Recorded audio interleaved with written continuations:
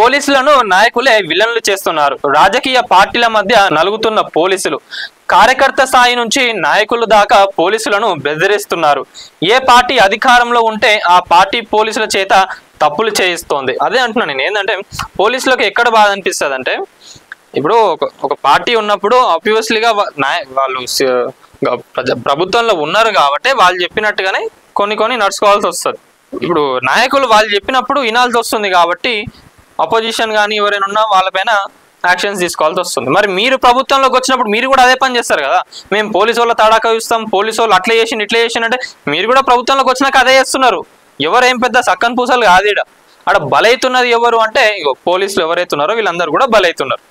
మళ్ళీ దీంట్లో ఇంకోటి మనం చూసుకున్నట్లయితే ఈ పెద్ద ఆఫీసర్లకు అంత ఎఫెక్టివ్ పడకపోవచ్చు, కానీ చిన్నగా ఇప్పుడు మనం చూసుకున్నట్లయితే వాళ్ళందరికీ చాలా ఇబ్బంది అవుతుంది.